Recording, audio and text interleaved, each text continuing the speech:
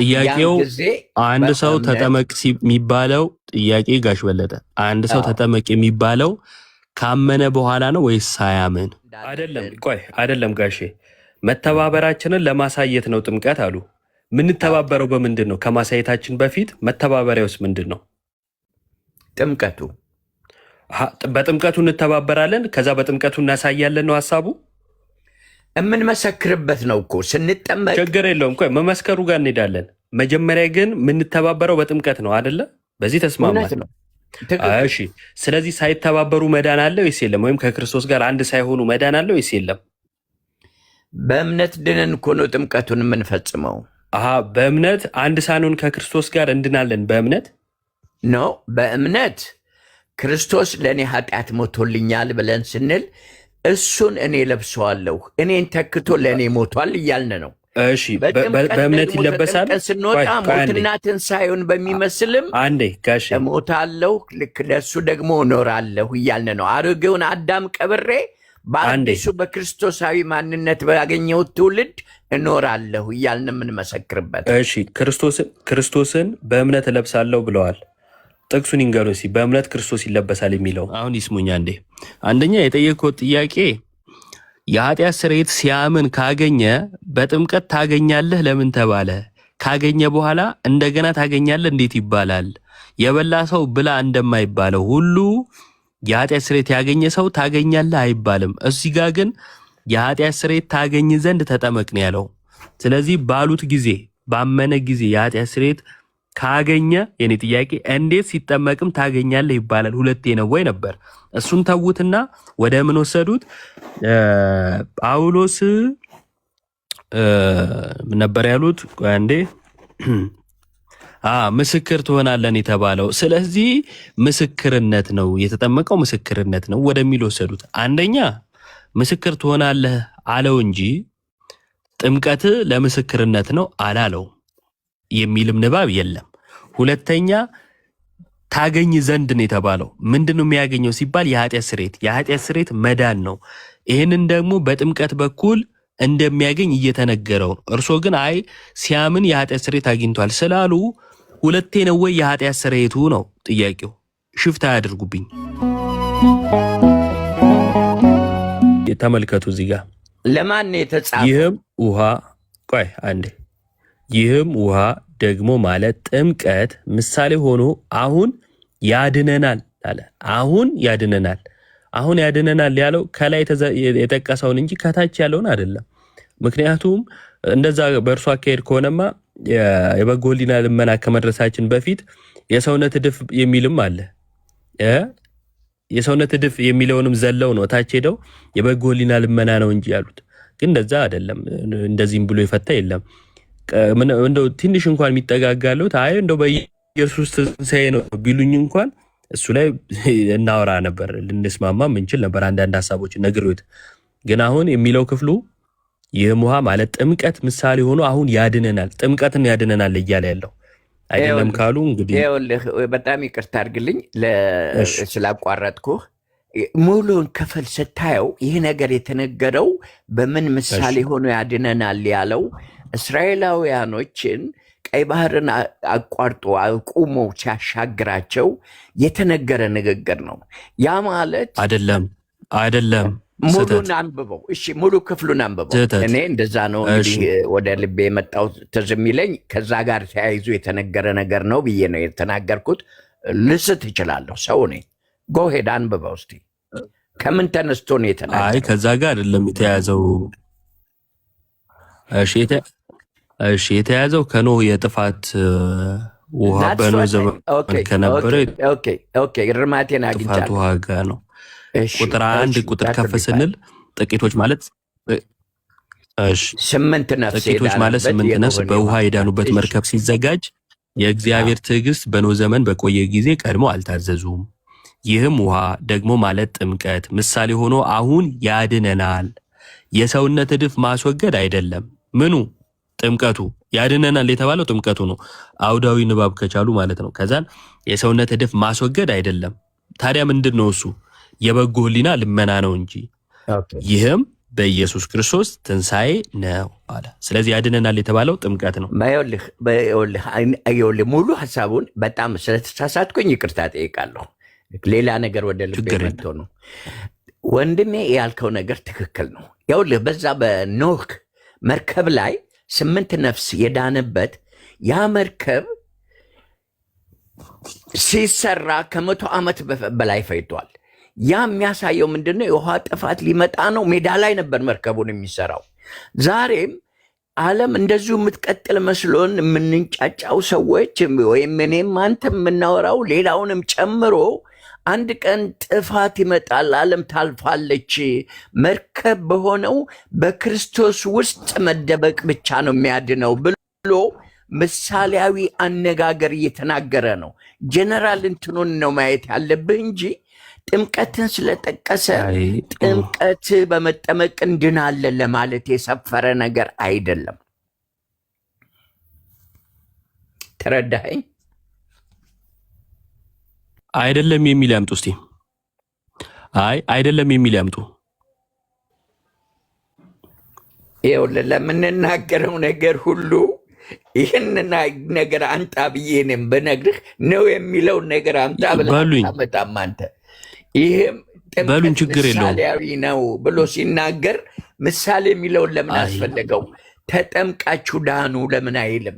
ለምንስ ጥምቀት ደህንነት ካለ ክርስቶስ ለምን መሞት አስፈለገው? በጣም ከባድ ነው እኮ እውነት ለመናገር ምን ብለህ እንትን ትላለህ? አንዳንዴ ከእንትን ስታወራ ከኩያ ጋር ስታወራ እንደ ልብ እንትን ትላለህ እና አሁን መሀል ላይ ገብቼ ሳስቆም የሆነ ክብር አለመስጠት ተደርጎ ደግሞ ይተረጎማል። ጨነቀኝ እኮ ግን እኔ አቆማለሁ። እሺ አንደኛ የማይለውን ከየት አመጣው እንዳሉት አላውቅም። እውነት ነው በክርስቶስ መሸሸግ ምናምን ይሄ ምክር ነው እንቀበላለን። ስለ አውድ እየተወራ ስለ ጥምቀት እየተወራ ምኑን ከምን እንደሚያገናኙት አላውቅም። ጥቂቶች 8 ነፍስ በውሃ የዳኑበት ብሎ የሚጠፋውን ዓለምና የዳኑትን ለይቶ በውሃ የዳኑበት መርከቡ በውሃ ላይ ተንሳፎ አይደል የዳኑት? እሱን አሳየን።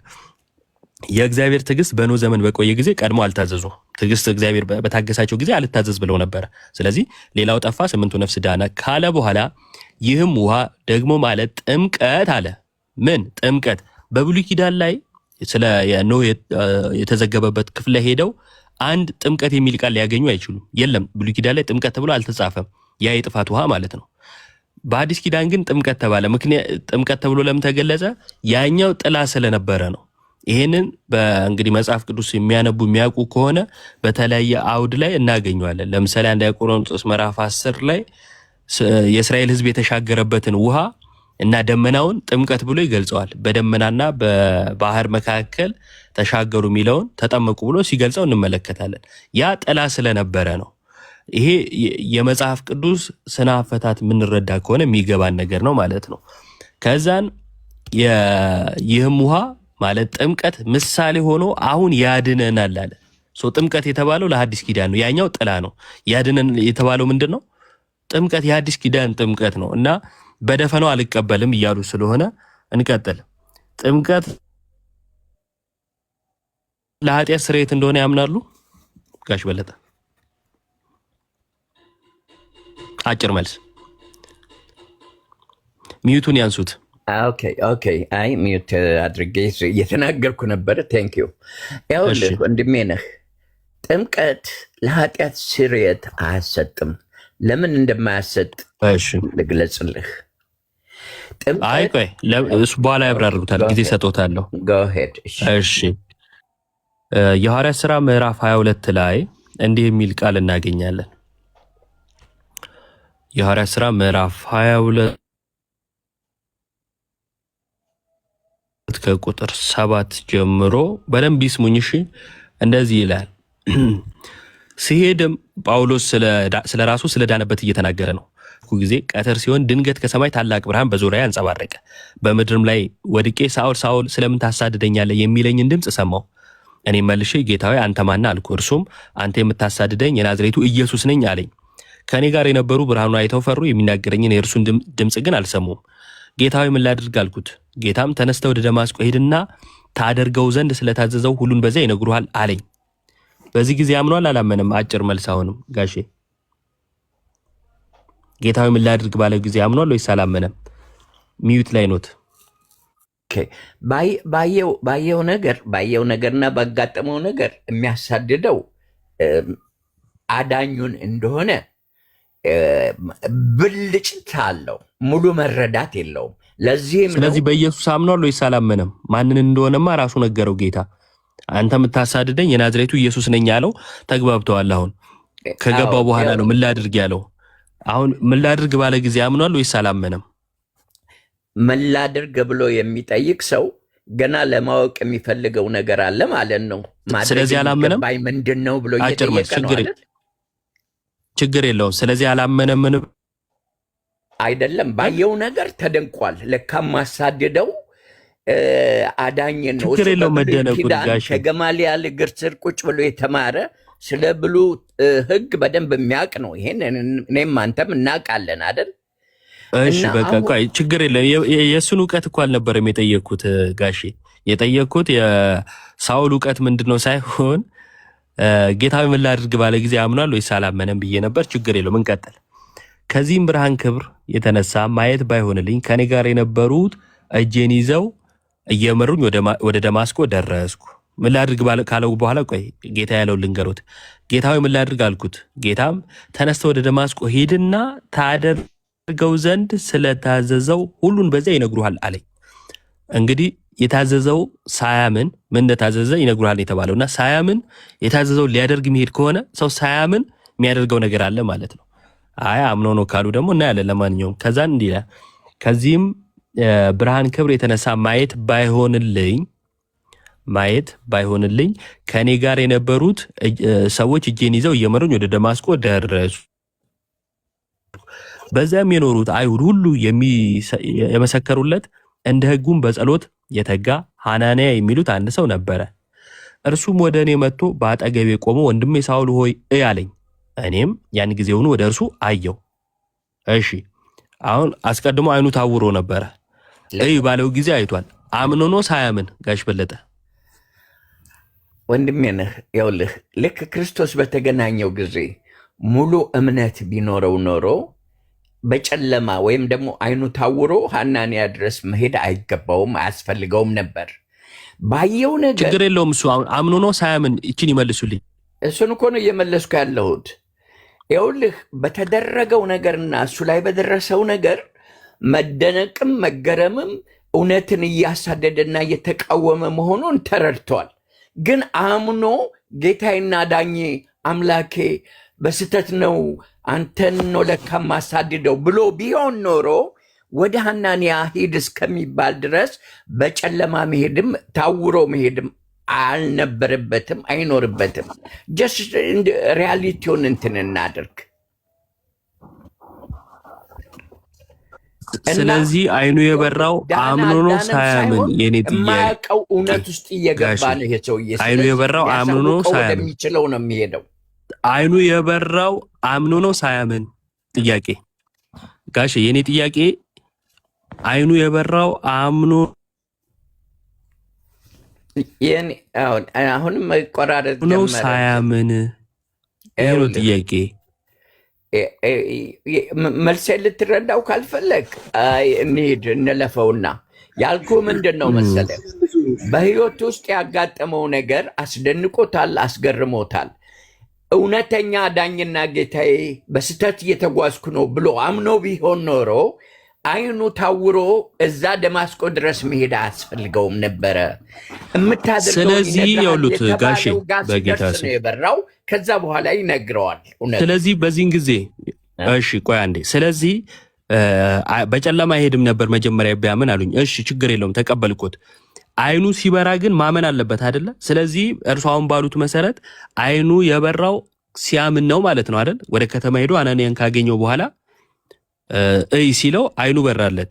ስለዚህ በዚህ ጊዜ አምኗል ወይስ አላመነም ነው የኔ ጥያቄ። ወደ ኋላ ሄደው ገና በመንገድ እያለ አይበሉኝ፣ ሐናንያን ሲያገኘው አይኑ ሲበራ አምኗል ወይስ አላመነም? በቀጥታ ይኸውልህ፣ አሁንም አልተረዳኸኝም። አላመነም እያልኩህ ነው። እሺ አላመነም። በቃ ተመለሰልኝ ጋሽ ተመለሰልኝ። አላመነም። እሺ እንቀጥል። እርሱም ወደ እኔ መጥቶ ባጠገቤ ቆሞ ወንድሜ ሳውል ሆይ አለኝ። እኔም ያን ጊዜውን ወደ እርሱ አየው። እርሱም አለኝ የአባቶቻችን አምላክ ፈቃዱን ታውቅ ዘንድና ጻድቁን ታይ ዘንድ ከአፉም ድምፅ ትሰማ ዘንድ አስቀድሞ መርጦሃል። ባየኸውና በሰማኸው በሰው ሁሉ ፊት ምስክር ትሆናለህና አለው። እሺ አሁን በደንብ አድርገው ይስሙኝና አጭር ቃል ብቻ ይመልሱልኝ። እሺ እንዳያረዝሙብኝ። አሁንም አንድ ሰው ተጠመቅ የሚባለው ካመነ በኋላ ነው ሳያምን? የተነገረውን ነገር ቀድሞ የተነገረውን ነገር ካስተዋልክ የተገለጸልህ ማን እንደሆነ ብሎ ሲነግረው ያን ጊዜ የልቡ ብርሃንም ጭምር ነው የበራው እና ጥያቄው አንድ ሰው ተጠመቅ የሚባለው ጥያቄ ጋሽ በለጠ አንድ ሰው ተጠመቅ የሚባለው ካመነ በኋላ ነው ወይስ ሳያምን? አሁን እኮ ነገርኩህ። ያስቀደመው በዚህም ክፍል ላይ ያስቀደመው የተገለጸልህ የአባቶች አምላክ የአባቶቻችን አምላክ ነው ብሎ ሲለው ያን ጊዜ አምላክን የሚፈልገው ጳውሎስ አምላክን ያገዘ የረዳ መስሎ የሚያሳድደው ጳውሎስ እውነት በራለት ማለት ነው። ያን ጊዜ ስለዚህ አመነ። ስለዚህ አመነ። እሺ ተመልከቱ ምን የሚለው ፓርት ላይ ነው ያመነው? ባየኸው እና በሰማኸው በሰው ሁሉ ፊት ምስክር ትሆናለህ ሲለው ነው ያመነው።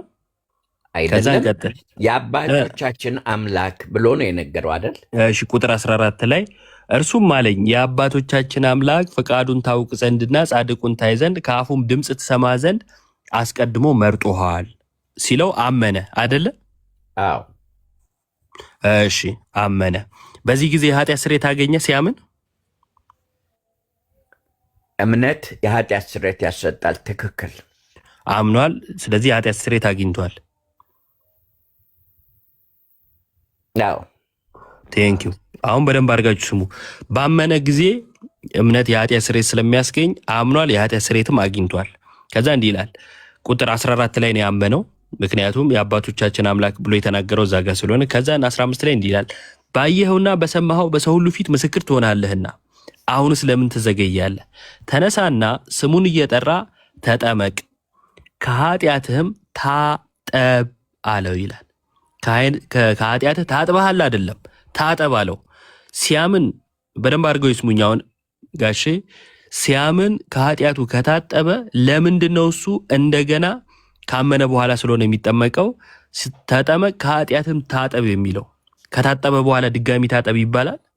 ይኸውልህ ወንድሜ ነህ፣ ይኸውልህ ይሄን አባባሉን ያመንከውን በሕዝብ ፊት ሁሉ የምትመሰክርበት በሞትና በትንሣኤው ልመስለው ቃል ኪዳኔን አጸናለሁ ብሎ የሚመሰክርበት ነው ጥምቀት አይልም። የቱ ጋር ነው እንደዛ የሚለው? ያመነው የት አለ እንደዛ የሚለው? ጋሼ እንዲመሰክር ነው። ጋሼ የቱ ጋር ነው እንደዛ የሚለው? ቦታውን ይጠቁምኛ እንዴ። ይኸውልህ የቃሉን እውነት አንተ በገለጽከው መሰረት የምንረዳው እውነት ከሌላም የእግዚአብሔር መጽሐፍ ቅዱስ ክፍል ጋር ስለ እኔ ገለጻ አይደለም ያወራሁት። ያሉትን ቦታ ይጠቁምኝ። ጥቅስ የቱ ጋ ነው በሰዎች ፊት ለምስክርነት ነው የሚለው? ባነበብከው ክፍል ውስጥ ያመነውን በተግባር የሚገልጽበት በሞትና በትንሣኤው ልመስለው ቃል ኪዳን ከክርስቶስ ጋር ገብቻለሁ ብሎ የሚያሳይበት ነው ጥምቀት እያልኩ። የታል እንደዛ የሚለው? የሚያሳይበት ነው የሚለው የታል? አሁን ባነበብከው ክፍል ውስጥ እዛና እዚህ አያስፈልገንም። ወደኋላ ከተመለስንማ ብዙ የመጽሐፍ ቅዱስ ማርቆስን ምንን የጠቀስከውን ሁሉ መጥቀስ እንችላለን። እሺ ጋሽ ይኸውልዎት አሁን ይስሙኛ እንዴ። አንደኛ የጠየቅኩት ጥያቄ የኃጢአት ስርየት ሲያምን ካገኘ በጥምቀት ታገኛለህ ለምን ተባለ? ካገኘ በኋላ እንደገና ታገኛለህ እንዴት ይባላል? የበላ ሰው ብላ እንደማይባለው ሁሉ የኃጢአት ስርየት ያገኘ ሰው ታገኛለህ አይባልም። እዚህ ጋር ግን የኃጢአት ስርየት ታገኝ ዘንድ ተጠመቅ ነው ያለው። ስለዚህ ባሉት ጊዜ ባመነ ጊዜ የኃጢአት ስርየት ካገኘ የኔ ጥያቄ እንዴት ሲጠመቅም ታገኛለህ ይባላል? ሁለቴ ነው ወይ ነበር። እሱን ተውትና ወደ ምን ወሰዱት? ጳውሎስ ምን ነበር ያሉት? አንዴ ምስክር ትሆናለን የተባለው። ስለዚህ ምስክርነት ነው የተጠመቀው፣ ምስክርነት ነው ወደሚል ወሰዱት። አንደኛ ምስክር ትሆናለህ አለው እንጂ ጥምቀት ለምስክርነት ነው አላለው የሚልም ንባብ የለም። ሁለተኛ ታገኝ ዘንድ ነው የተባለው። ምንድነው የሚያገኘው ሲባል የኃጢአት ስርየት፣ የኃጢአት ስርየት መዳን ነው። ይህንን ደግሞ በጥምቀት በኩል እንደሚያገኝ እየተነገረው ነው። እርሶ ግን አይ ሲያምን የኃጢአት ስርየት አግኝቷል ስላሉ ሁለቴ ነው ወይ የኃጢአት ስርየቱ ነው ጥያቄው። ሽፍታ ያድርጉብኝ። ሁለቴ ነው የኃጢአት ስርየቱ? ወንድሜ ነህ ላስት ሳይሆን ተመካክረን አንተም አንድ ነገር ከኔ ጥቂትም ብትሆን እንድታገኝ እኔም ከአንተ ያላየሁትን ነገር እንዳይ እየተመካከርን ነው የምንሄደው። ይኸውልህ አንድ ነገር ልንገርህ፣ ትንሽ ደቂቃ ስጠኝ፣ በጣም ትንሽ። እስከዛ በኦሪት ጊዜ በበግ ወደ ኦሪት ሄድን፣ መስዋዕት በደም የኃጢአት ስርየት እየተደረገ እንደደረስ እናውቃለን። ያለ ደም የኃጢአት ስርየት የለም።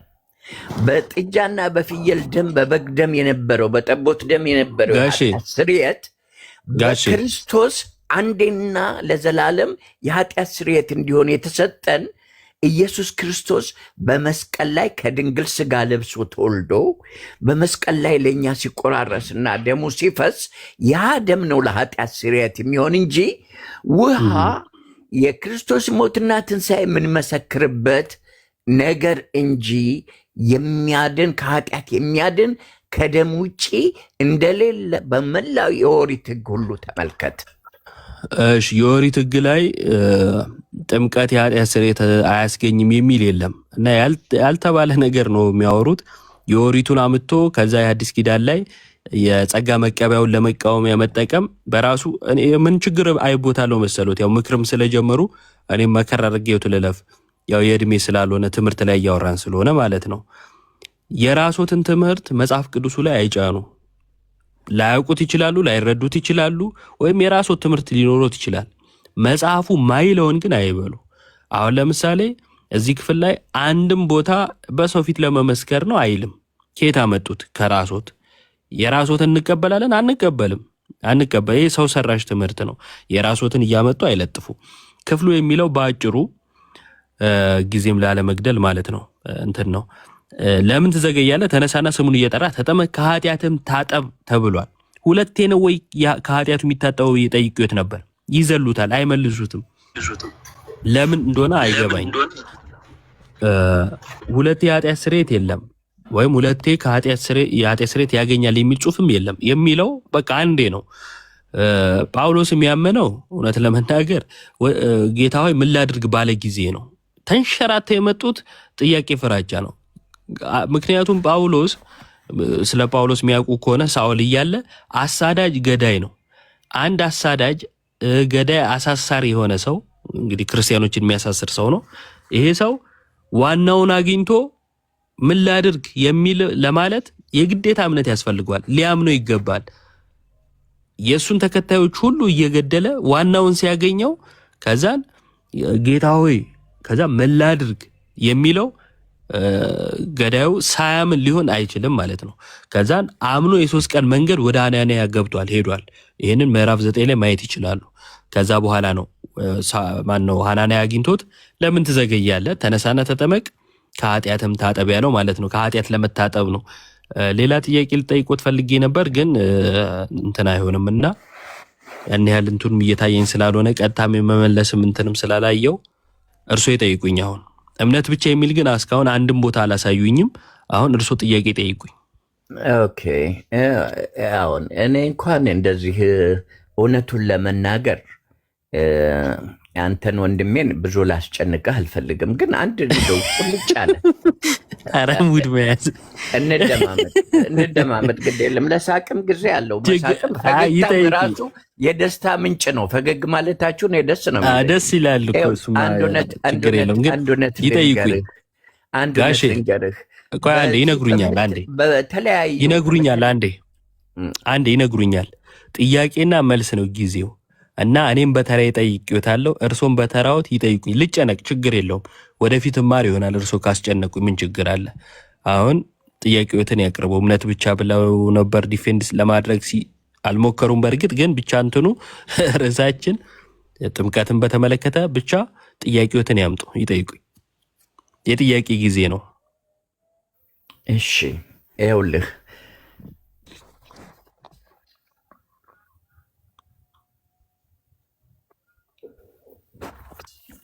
አይሰሙም? ጋሽ በለጠ እየተሰማ አይደለም?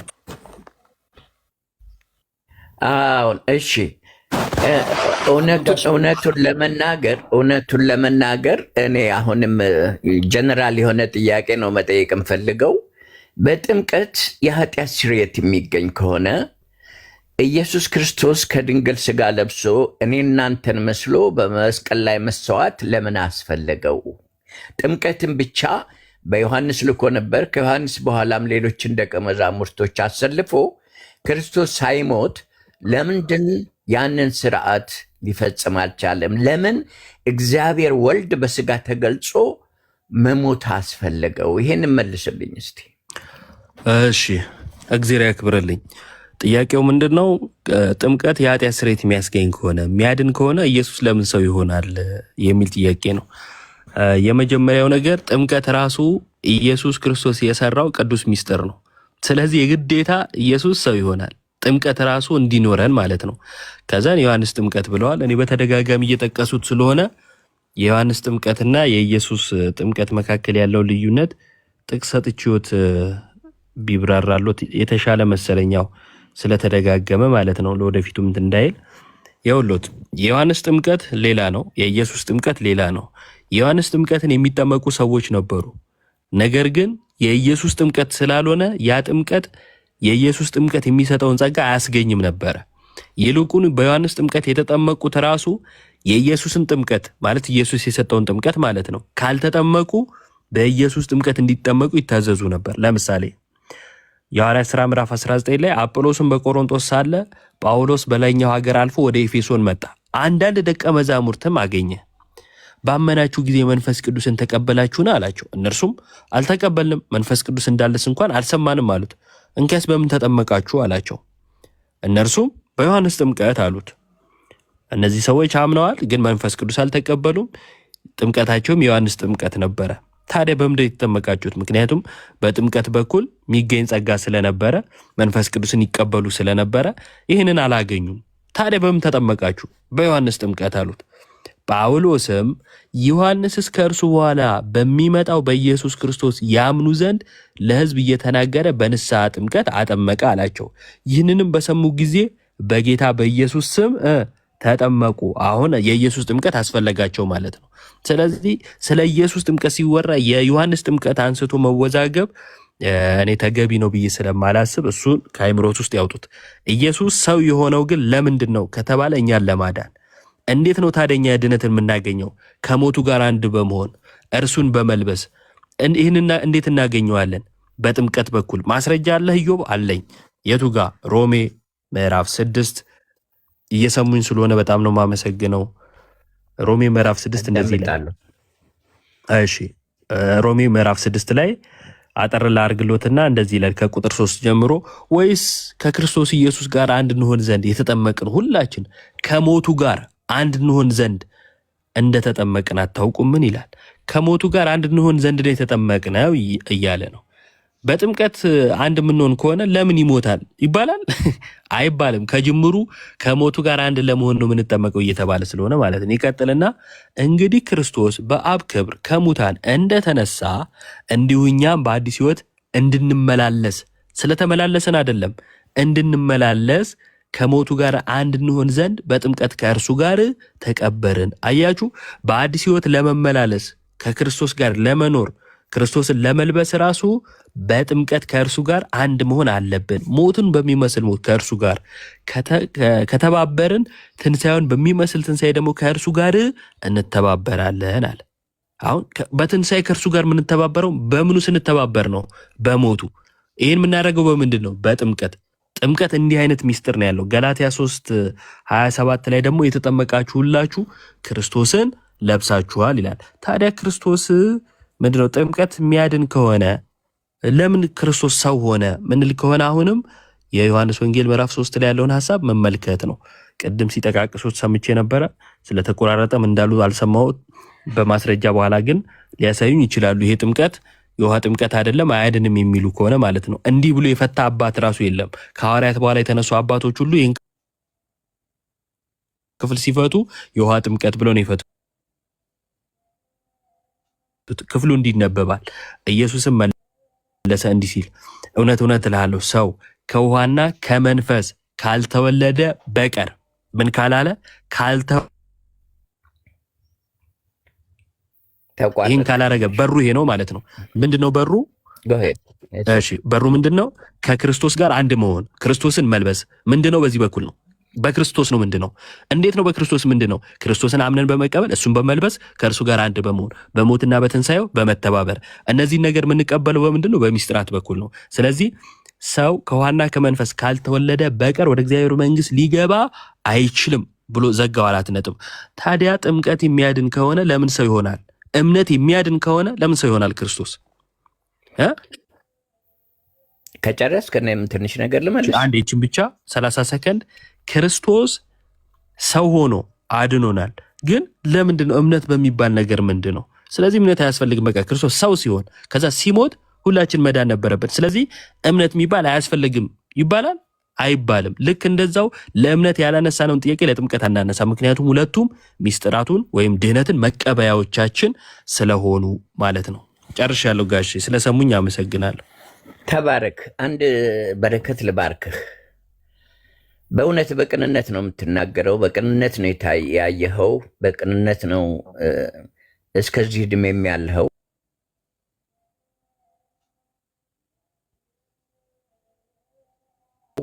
እግዚአብሔር አሁን ከበራልህ የበለጠ እውነትን ያብራልህ። አሁን የተናገርከው ሮሜ 6 ላይ ያለው ነገር መልሱን ሁሉ መልሶታል።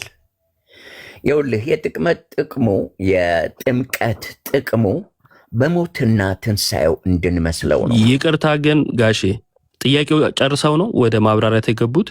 አሁን አይ መውጣትም አለብኝ ወደ ስራና አሁን ከዚህ በኋላ መጨመሩና መከራከሩ አንድ ጊዜ የለኝም። ሁለተኛ ለክርክርም አይደለም አገባቢ። እውነቱን ለመናገር ልነግርህ የፈለግኩት ሮሜ 6 አሁን ያነበብከውን ክፍል በደንብ ካየኸው በሞትና በትንሣኤው እንድንመስለው ያ ሞትና ትንሣኤው ለእኛ የሞታልን መሆኑን የምንመሰክርበት፣ ለእኛ የተነሳልን መሆኑን የምንመሰክርበት የጥምቀት ስርዓት ያንን የሚያሳይ መሆኑን ነው። ዝም ብዬ እንዳላሳልፎት ማይለውን ይሉብኛል ጋሽ። አሁን እንድንመሰክር እግዚአብሔርም ያውቃል ልቤን።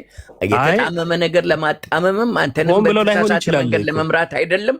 የእግዚአብሔርን ቃል በእውነት እንደምገልጽ እግዚአብሔር ያውቃል ጋሽ። ሆን ብለው ለማጣመምም ላይሆን ይችላል። አንዴ ቆይ ጋሽ፣ ይኸውልዎት ሆን ብለው በዓላማ ለማጣመም ለማሳት ላይሆን ይችላል። ግን ሁልጊዜ ያ ላይሆን ይችላል። የእውቀት ክፍተትም እኮ እንድንስት ያደርገናል። የመረዳት ልዩነትም ለነገሩ ያለን መረዳትም ሊሆን ይችላል። ክፍሉ ላይ ግን ማይለውም ብለዋል ነው አጭሩ ነገር።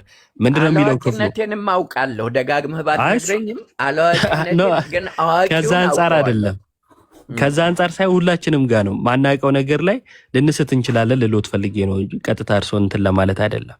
ይኸውልዎት ክፍሉ የሚለው ለማሳየት አይደለም ለማግኘት ነው። ማግኘትና ማሳየት ይኸውልዎት፣ ማሳየት ለምሳሌ እኔ ያለኝን ነገር ላሳይ እችላለሁ። ስልክ አለኝ።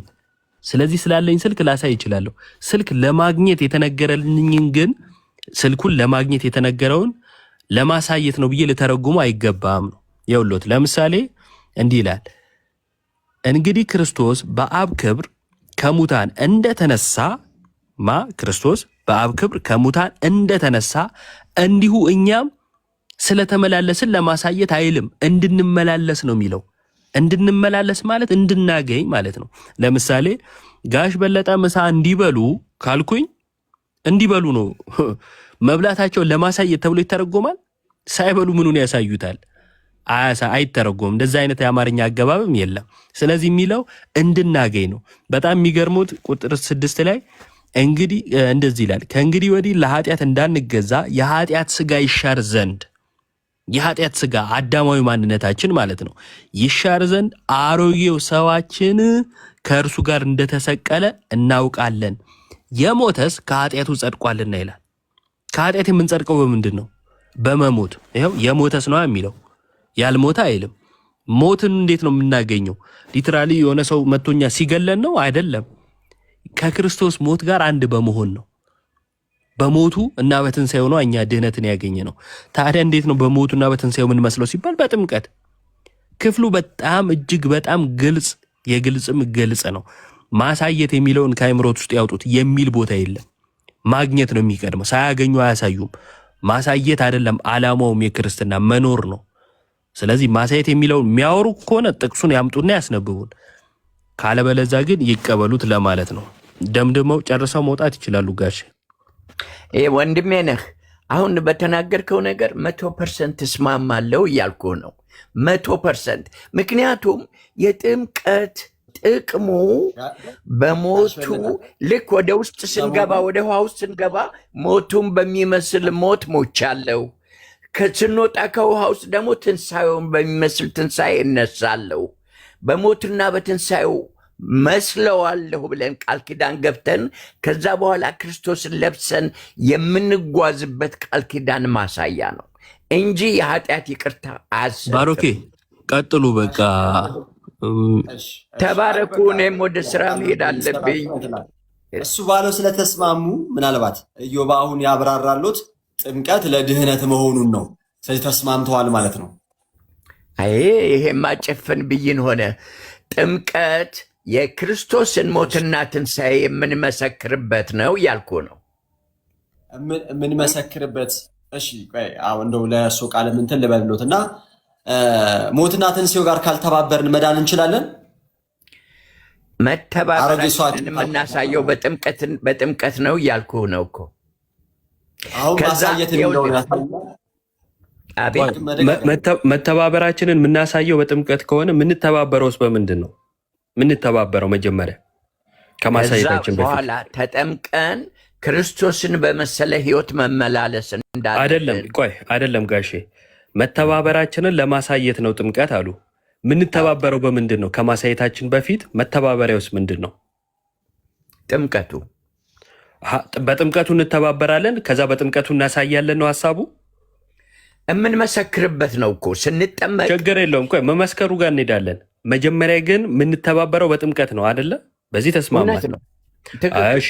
ስለዚህ ሳይተባበሩ መዳን አለ ወይስ የለም? ወይም ከክርስቶስ ጋር አንድ ሳይሆኑ መዳን አለ ወይስ የለም?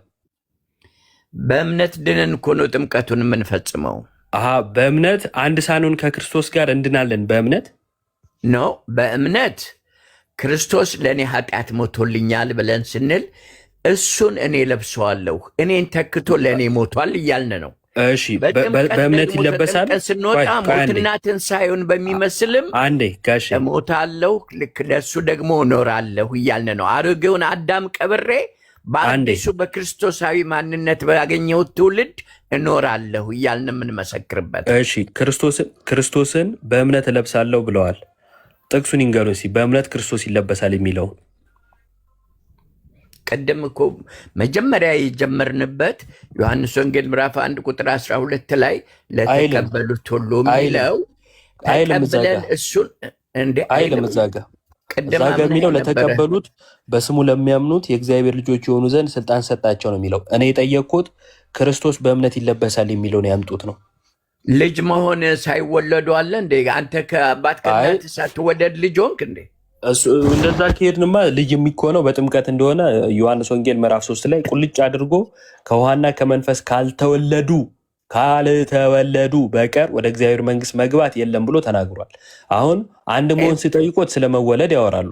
ስለመወለድ ሲወራ ደግሞ ስለ መቀበል ያወራሉ። እና እዚህም እዛም ሆነብን እና ወንድሜ ነህ፣ ብዙ ሩቅ አይደለም ለእግዚአብሔር መንግስት። እውነቱን ነው የምነግርህ። ይበቃዎታል። ይመችት። እሺ ጋሼ ተባረክ። አይጥፉብን። እኔ በጣም ነው የማመሰግነው። እሺ አንድ ነገር ሆስተሱም በጣም አመሰግናለሁ። ከመውጣቶት በፊት ጋሼ ከመውጣቶት በፊት ተባረኩ። ወዳችኋለሁ። በእውነት በእግዚአብሔር ፍቅር ወዳችኋለሁ። አንዴ እሺ፣ ከመውጣቶት በፊት አንድ ነገር ብቻ ልበሉት 30 ሰከንድ። እኔ ኦርቶዶክሳዊ ክርስቲያን ነኝ፣ በጌታ በኢየሱስ ክርስቶስ የማምን በእርሱም ደግሞ ድህነትን ያገኘው እርሱን በማመን ጸንቼ የምኖር ከዛም ደግሞ ሁልጊዜም ጌታ ይመጣል ይወስደናል ብለን የምጠብቅ ክርስቲያን ነኝ ማለት ነው። ከክርስቶስ ጋር ለመኖር የምናፍቅ ክርስቲያን ነኝ። የኔ ምኞት ለእርሶ ምንድን ነው?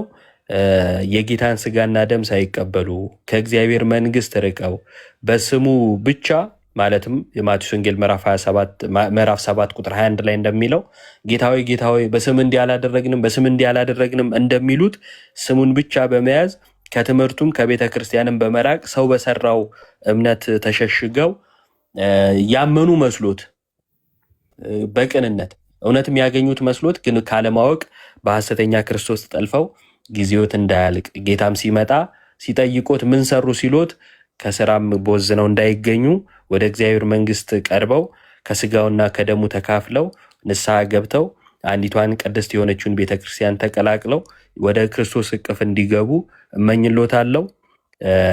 ከዛ ጨለማም እንዲወጡ እመኛለሁ። እኔ ጨለማ ውስጥ ኖት ብዬ ነው ማምነው። ስድብ አይደለም፣ እውነት ነው። የኔ እምነት ስለሆነ ነው። ወደ እግዚአብሔር መንግስት እንዲቀርቡም ደግሞ ምኞቴ ነው። እግዚአብሔር ያክብርልን። ተባረክ። እኔ መጨረሻ መደምደሚያ ልናገር። አንተ ወንድሜ እንዳልከው አይደለም። እኔ ከሰው ምክር ይልቅ የእግዚአብሔርን ምክር ሰምቼ እውነትን እንደ እግዚአብሔር ቃል መርምሬ የተቀበልኩት እውነት አንዲት መንገድ የሆነች ክርስቶስ ኢየሱስ ለኃጢአተኞች ሞቶ በሞቱ ታርቀናል ከእግዚአብሔር አብ ጋራ እና በምድር ላይ በሚኖረን ቆይታ ለእውነትና ለፍቅር ለሰላም የእግዚአብሔርን እውነት እየፈለግን እንድናልፍ ምኞቴና ጸሎቴ ነው። አንተም ወንድሜ እንዳልኩ ደጋግሜ እውነቱ የእግዚአብሔር ቃል እንጂ የተቀበልነው ከሕፃንነት እስከ እርጅና ያደግንበት ተረታተረ